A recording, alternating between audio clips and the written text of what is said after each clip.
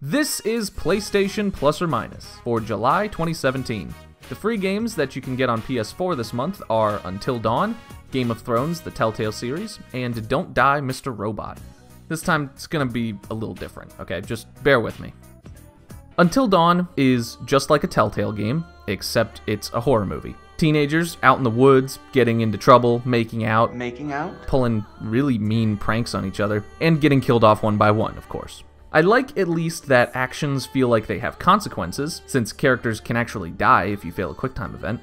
Unlike Telltale games where if you die, it just sends you back to try again. So I like that there are actual stakes.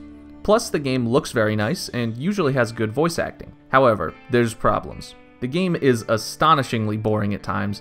Every character looks like they fell right down into the uncanny valley, and the audio quality on the voices is just, well, it's just terrible. It's awful.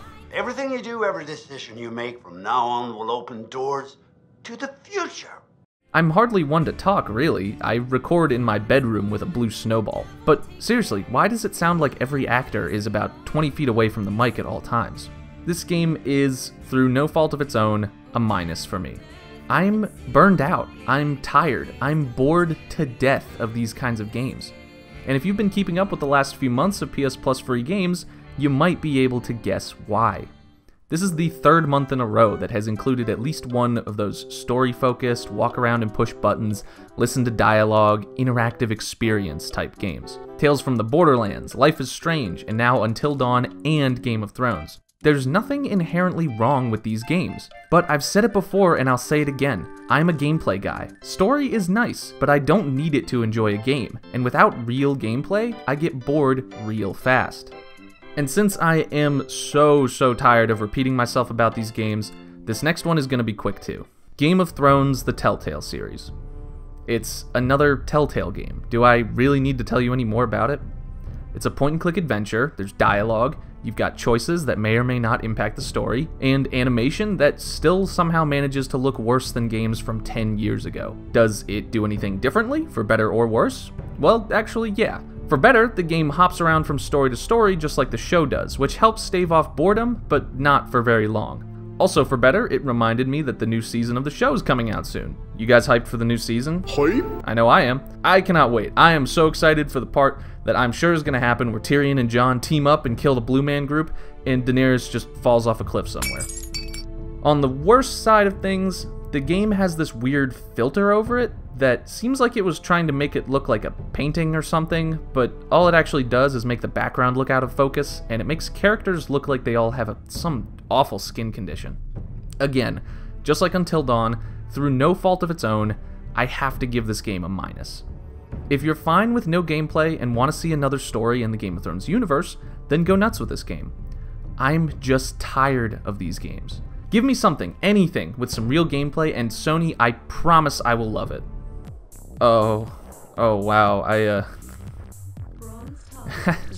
that's good, Sony. That's gameplay, yeah. Well, yeah, a promise is a promise.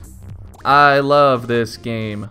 You know, you ever play that game, what was it called, Geometry Wars, but think, you know what, this game is just a little too fun and looks a little too awesome? Well then, you should play Don't Die, Mr. Robot. Run around a tiny screen, dodge missiles, and collect fruit, and that's the whole game. Didn't you always hate how in Geometry Wars, enemies and collectibles were really visually distinct, and you could always tell exactly what something was when it was coming towards you? I hated that. This game is so much better, because here, the things that you're supposed to collect are not at all visually distinct from the things that will kill you. It's great! Plus, the music isn't grating at all, and the main character is just the most inspired design of all time. I just, love it. 100% plus. Okay, wow. This was quite a month. 3 minuses. 2, honestly, not because of the game itself, but because of the games that came before them. I'm just tired of those games. Please, Sony, look, just give me something good next month. Something like Killing Floor 2. Killing Floor 2 was great. That was all gameplay, and it was super fun, and I'm still playing it now. Just please, no more interactive movies, no more cell phone level shovelware. Just give me something good, please. Or maybe I should just stop being a cheap bastard and just buy a game to review. Huh. You know what? I'm gonna go do that. Alright, you guys know the drill. Do the YouTube things, like, comment, etc. And I'll see you next time. Thanks for watching.